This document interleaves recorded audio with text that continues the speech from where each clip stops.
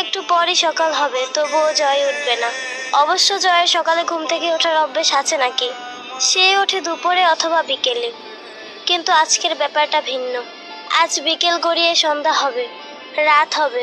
সেই রাত শেষ হয়ে আরেকটা সকাল হলেও জয় আমির উঠে গিয়ে কিছুতেই গলা ফেরেও ডাকবে না।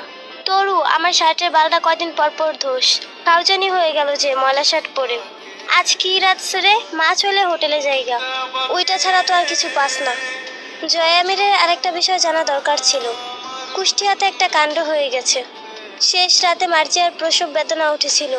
ফজরের আজানের সাথে সাথে মার্জিয়ার গর্ভ ছিঁড়ে একটা হুমায়রা এসেছে। জয় জানলে কি করতো বলা যাচ্ছে না। এখন তাকে জিজ্ঞেস করলে বলবেও না। কিন্তু বিজ্ঞান বলে মানুষ মরার পর 7 মিনিট মানুষের মস্তিষ্ক সচল থাকে, সাথে কানও।